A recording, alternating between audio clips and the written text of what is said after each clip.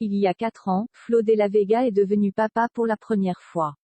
Un petit garçon, né de sa relation avec la chanteuse Natalia Doko, qui l'ont prénommé Santi et qu'il prenait soin de cacher sur les réseaux sociaux. Jusqu'à maintenant, la vie de Flo de la Vega ne se résume plus aux tournées, aux enregistrements de disques et aux bains de foule.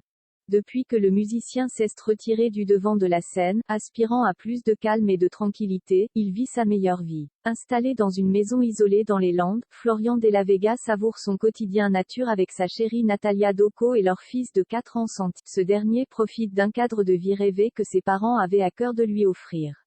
Sur Instagram, Natalia Doko et Flo de la Vega partagent des clichés de leur garçon. Jusqu'à présent, chacun mettait un point d'honneur à dissimuler son visage. Mais ce mercredi 29 juin, l'ex-membre des Frérots de la Vega a fait une exception.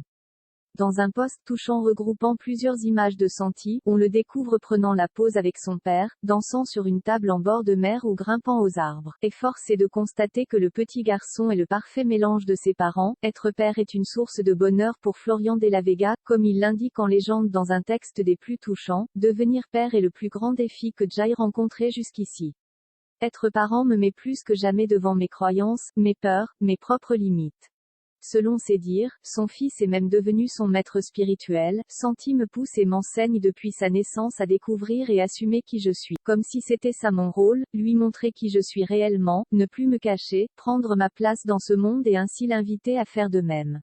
Sa place à lui, Flo de la Vega a commencé à la retrouver en annonçant sa volonté de mettre fin à l'aventure Frérots de la Vega. Une déception pour les nombreux fans et son compatriote Jérémy Frérot, mais un soulagement pour lui après ses dires dans l'émission Belle Bien l'année dernière. La période Frérots de la Vega, j'étais très exposé, je ne vivais pas dans la nature donc c'était extrême. Crochet ouvrant point crochet fermant. Et c'est vrai qu'à chaque fois, je sentais cet appel de vouloir être en forêt, de vouloir être seul, d'être au calme, de méditer, de pouvoir respirer, toutes ces choses que je n'avais pas le temps de faire. Flo a finalement réussi à bien se rattraper, mieux vaut tard que jamais.